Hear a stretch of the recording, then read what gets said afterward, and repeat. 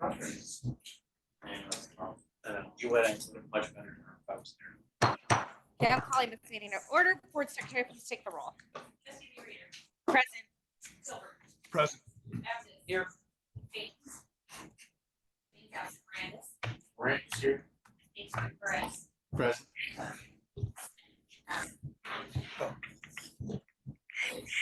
Okay, let's move on to the approval of the agenda. Can I get a motion? So Moved by Abdus, Second. seconded by Perez. Board Secretary, please take the roll. Trustee Reader. Aye. Gilbert. Yes. Abdus. aye. Arandis. Aye. Perez. Aye. Thank you. Approved. Pledge of Allegiance. Trustee Perez, will you lead us in the pledge? I pledge allegiance to the flag of the United States of America and to the republic for which it stands, one nation under God, indivisible, with liberty and justice for all. Okay, on to conflict of interest. Do we have any? Hearing none, on to presentations. We have no scheduled presentation. Nice slide. On to public comment. Hearing none. Okay, I will turn over 4.1 through 4.3 over to the General Manager King. Good morning, trustees. First on informational items is the general manager's report. And so things that I wanted to highlight from the GM report, maybe not included in the documentation, is last week we received from CSDA the Exceptional Public Outreach and Advocacy Award. There were 5 trustees in attendance at the conference and 2 staff members. This is a new presentation format called Prezi, and I ran out of time, but I was hoping to embed the video of the announcement, but I will send that out to all of you that weren't in attendance so you can see it. So excellent job, this second award that the district received for our 4 Natomas program at the conference as well. Greg with MBS, myself, and Eric from Page Design provided about an hour-and-a-half presentation on our program from 3 different elements, not just the outreach program, but how we navigated the Prop 218. It was very well attended. I think there were probably 60 people in our session. We received a number of questions afterwards, after the presentation, and lots of contacts. So I think it was well received. And it was a great conference for us and a milestone again for the district. The plaque is temporarily set there on the dais. We'll find a place to put that out somewhere here in the office or the boardroom. We also issued a press release that was picked up by PR News, and that article went out last week. And so I intend to have that framed next to the award, and don't touch. Yeah, so Gabe and I put it on a frame, spent some time on the NASMA award. So we'll find a place for both of them with the press release so anyone interested can read the actual article. CSDA is also going to feature us in their September-October magazine that goes out to all CSDA membership as a featured article, with the headline being, small district wins huge award. And so it was great. And so I think this is basically the culmination, obviously, of our Prop 218, and job well done to everyone here and the consultants, and again, thankful for the community for that. So great honor. A couple other items that I want to bring up. So in front of you is a little sheet that's Terrapin Technologies. So we are converting from our existing mail server with GoDaddy, which is very expensive on an annual basis, and we're switching over to Microsoft 360. When we do that, everyone will have to reset their password on your phone, if you have the RD1000 downloaded to your phone, the mailbox, you'll have to reset the password there. Reset the password just one time. on the iPads the district's issued or anything else. So the card you have in front of you is Adam at Terrapin.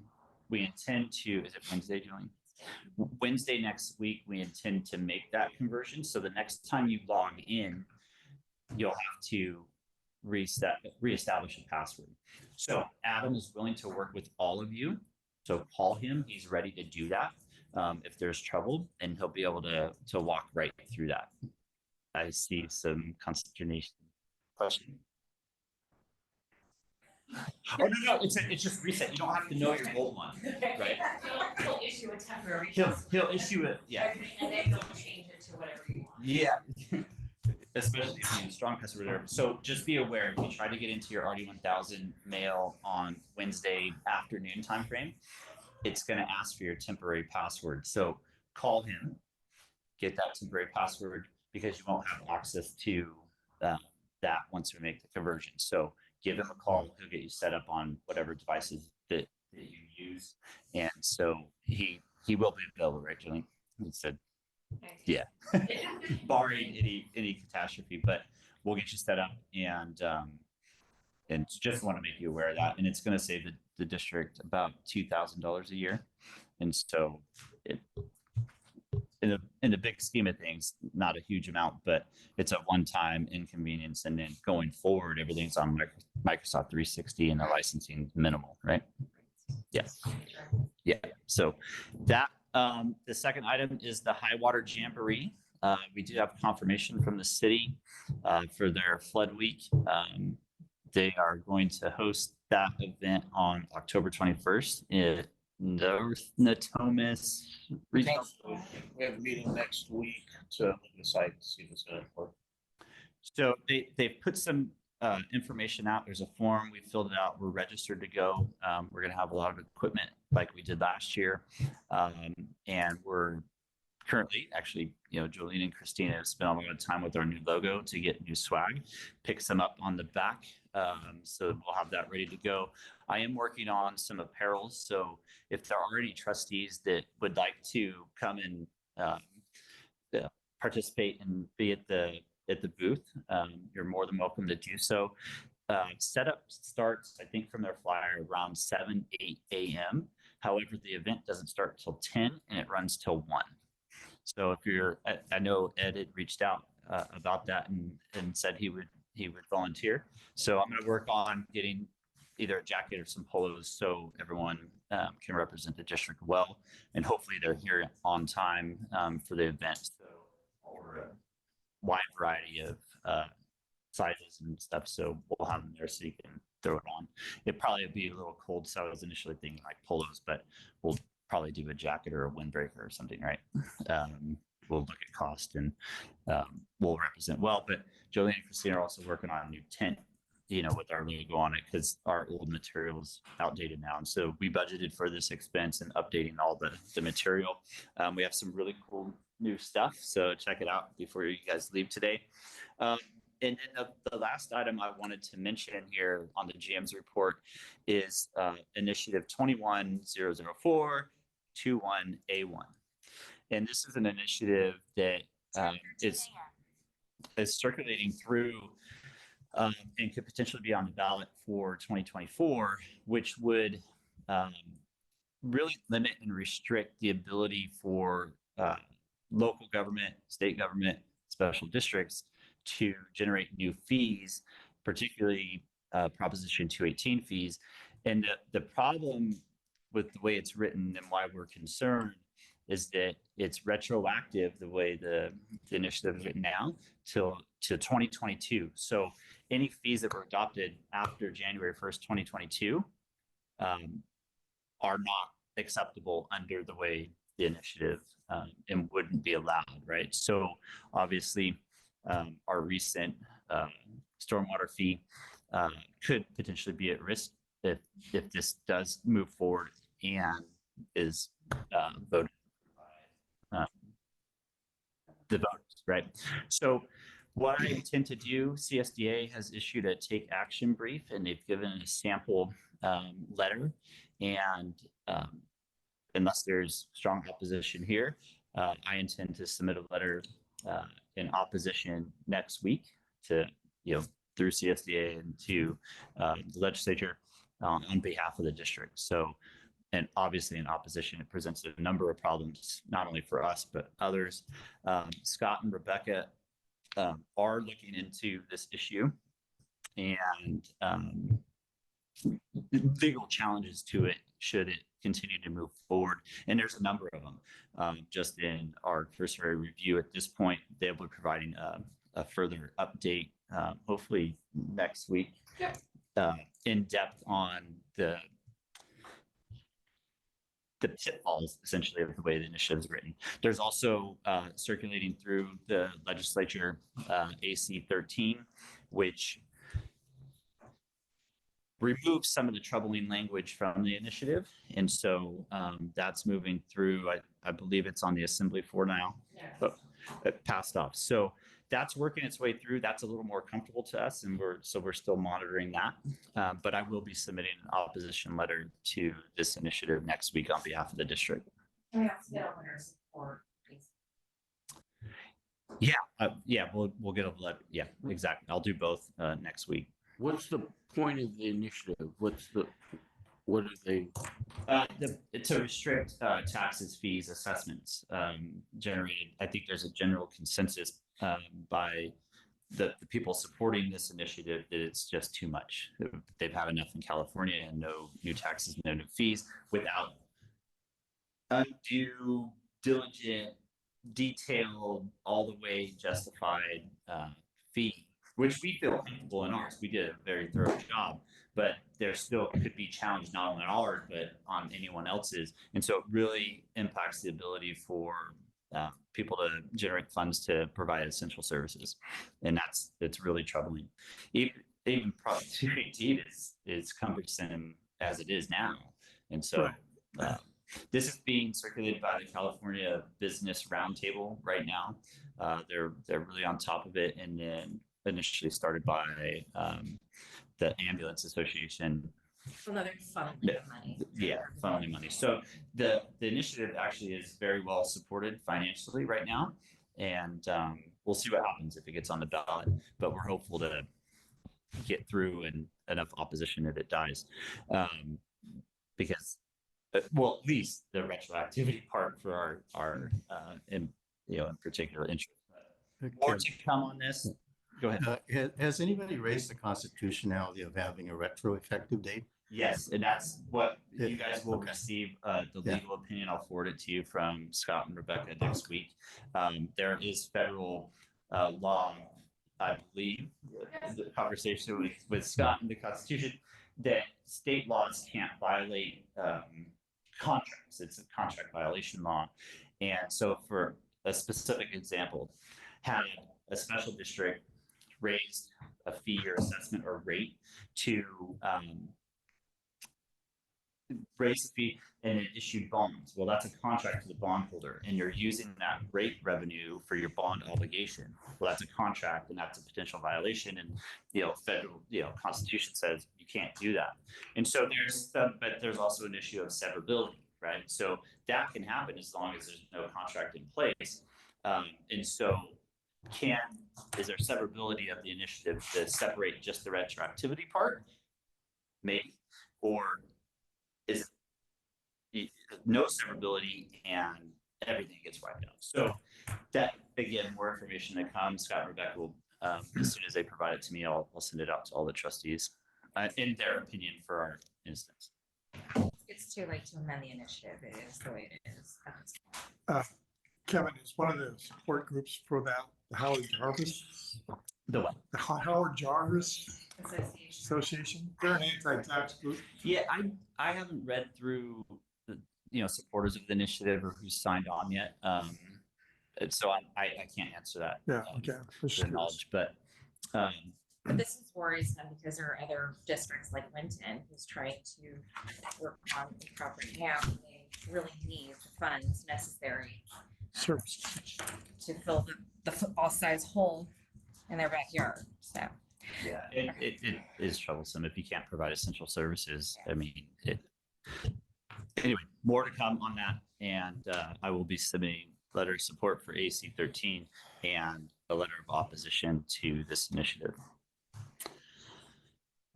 Any questions before we move on to the operations manager's report? Any questions on the GM or? Yeah, just a quick thing on the jamboree.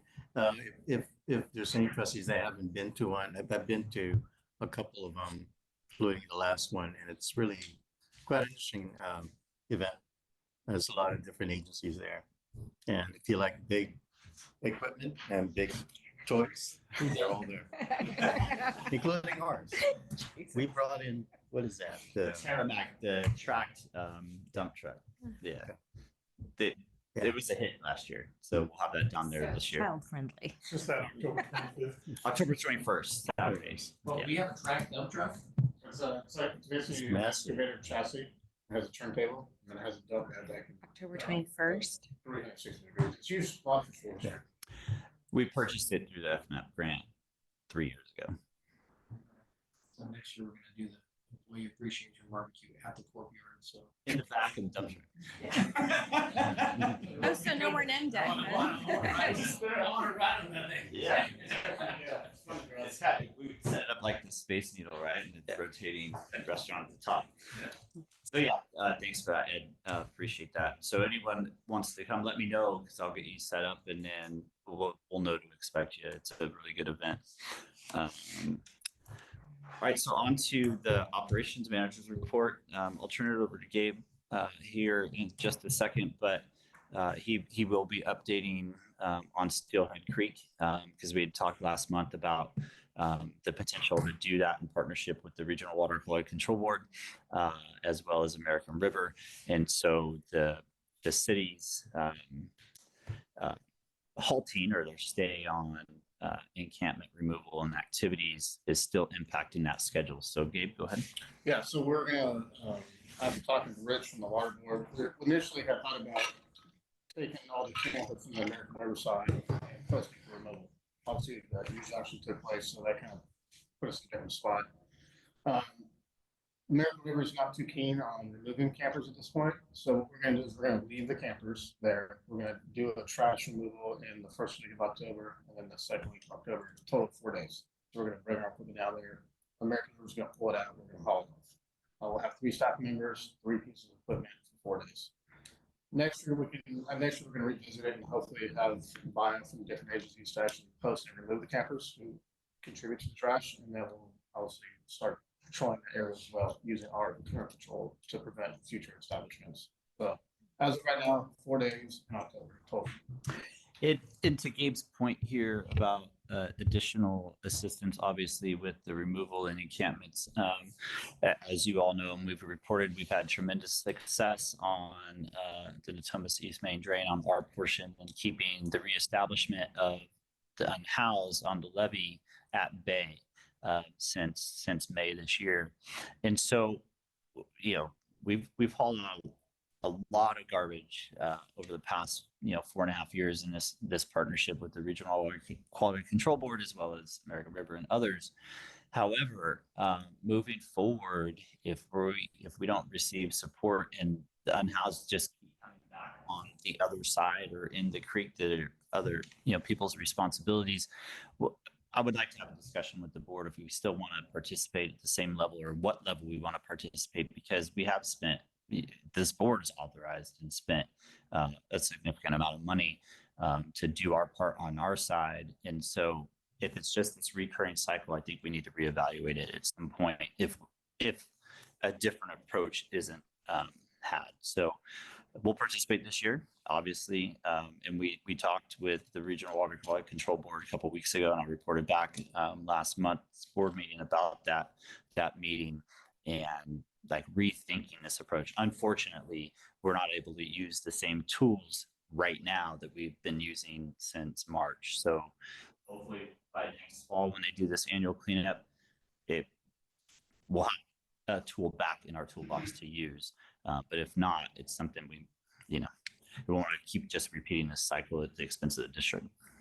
And that's staff opinion. Yeah, and I'll tell you, and Lynn is obviously on the Regional Water Quality Control Board as well as myself. I know for me, one one of my priorities is going to be not for RD 1000, region wide and in terms of trash capture and the trash capture rules that apply to MS4 permits and whatnot, and whether there can be some opportunity without belaboring the issue, a funding source, beyond just our fee payers to help. And again, it's not only for RD 1000, but something that would apply region wide. But it is a thorny issue, but the impacts to water quality are significant. And just know that at least in terms of the water board, they recognize the above and beyond efforts that RD 1000 goes in to do, frankly, way more than our fair share of a cleanup that should be, frankly, shouldered, the cost of which should be shouldered more than just our ratepayers. So in any event. Yeah, and staff, regional board staff has expressed that same opinion. And we were trying to provide additional leadership this year, right? Like, all right, guys, let's do something different. And maybe that's at least a medium-term solution. So we're not just repeating the same thing. So thank you, Nick, for that. And in the meantime, we have worked with Richard Neal from the Water Board and River City Water Alliance, which is a volunteer group. So throughout the past 2-3 weeks, the volunteer group has came out into the peninsula within Stonehead Creek and moved garbage from the peninsula to our side for removal. So we've hauled off, tens of thousands of garbage, or tens of thousands of pounds of debris in the last 3 weeks, just as gesture, right? It's not so much our problem, but we have that above and beyond, just on that. And how much is American River contributing financially? But I don't know. But what Gabe's referencing there is that 2 years ago we had a lot of complaints throughout the entire basin of trash. It's just continual. So we dedicate, after we're done mowing in the spring, our first go round, we do trash pickup once a week with our entire crew. So what Gabe's referencing is, like, if there's volunteer groups that bring it up and bag it, we go by and just pick it up and then haul it off. So it's something that's very similar to what we have been doing. It's, quite frankly, it's been great. And now with the security patrolling, there's less and less of it. But yes, but back to the Steelhead Creek cleanup. Yep. Let's make sure it's more even. yeah, that's definitely. Our ratepayers shouldn't be carrying that burden alone. And that's why we're not going to remove the garbage from the creek or near the creek. We're just going to come pick it up and haul off. So it's way less work for us, but we're helping, right? Yeah, I agree.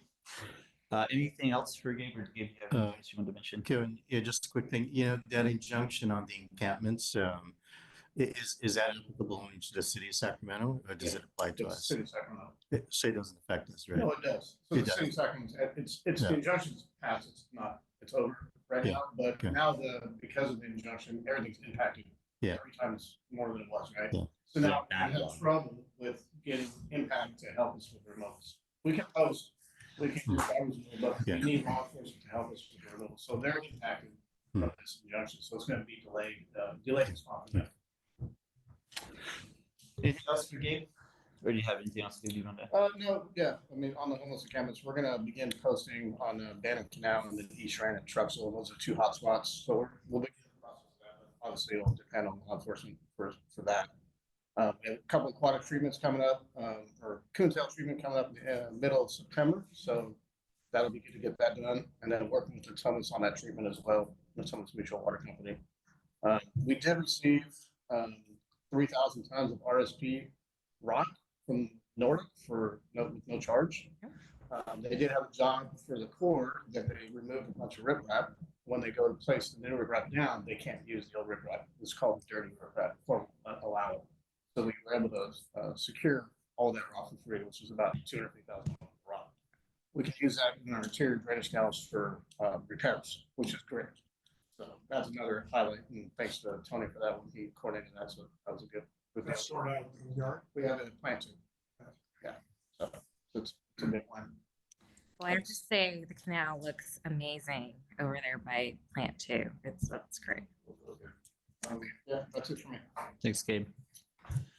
Moving forward to general counsel report. Good morning. Good to Take see the you guys. podium back in on the mic. All right. Just hit the little the mic button at the bottom that shakes it. There you go. Good morning. Good to see you guys in person. So two brief items for general counsel's report. It's been relatively quiet. As Kevin mentioned, we'll be providing you with some legal analysis on that initiative. It's troubling. It's also something that the entire state is sort of trying to get their arms around. I can tell you that just this week, Scott pitched a panel at Aqua to talk about it as well. So there's going to be our understanding is going to continue to evolve as folks take positions on it. The other thing you should be aware of that's bubbling around is there's a class action that Caltrans has been named in, as well as 1,500 public agencies. You have the honor of having gotten served with that, along with the other 1,499. We don't believe that the action has a lot of merit. Matt Jacobs is Caltrans counsel. We'll be talking this afternoon, but just be aware that that's around and out there. I don't expect you really to get pulled into the meat of it. We're going to let Caltrans deal with it, or sorry, CalPERS deal with it. But It's CalPERS. a CalPERS It's class yeah, action. sorry, CalPERS. Yeah, I'm yeah. also doing work with Caltrans. It's a little So- bit- So Public health. essentially, they serve us and every other member of CalPERS, and it has Yeah, to do so with the yeah. allegation is that CalPERS underpaid, and they've named everybody else who participates in CalPERS. So it's out there. You've been served. We'll deal with it, but it should be fairly unremarkable. So Thanks. never, never a dull moment, right? And that's all I've got. Unless you have questions for me. Anybody? Okay. Great, thanks, Rebecca. Okay. Onto the consent calendar. Okay. Do you want to talk about 5.5 a little bit? No. Okay. I'm gonna pull it unless one of the trustees You wants to guys- pull any out. Okay. Can I get a motion on the consent calendar? I move to accept or pass. Okay. Motion by Gilbert, and seconded by Abdus. Board Secretary, please take the roll. Trustee Lee Reader, Aye. Gilbert, Aye. Countess, Aye. Brandis, Aye. Perez. Aye. Motion's approved. No scheduled items. Okay. Can I get a motion to adjourn? Can I get a second? All those in favor, say aye. All those opposed? We're done. Take a donut with you. Oh, we're going to the bank now, right? Oh, okay, so we do have an appointment at the bank. Jolene just notified me that we can go early. So if you guys would like to, it's on Prospect Road. I have the address. Oh, Response Road. So it's over by Arden.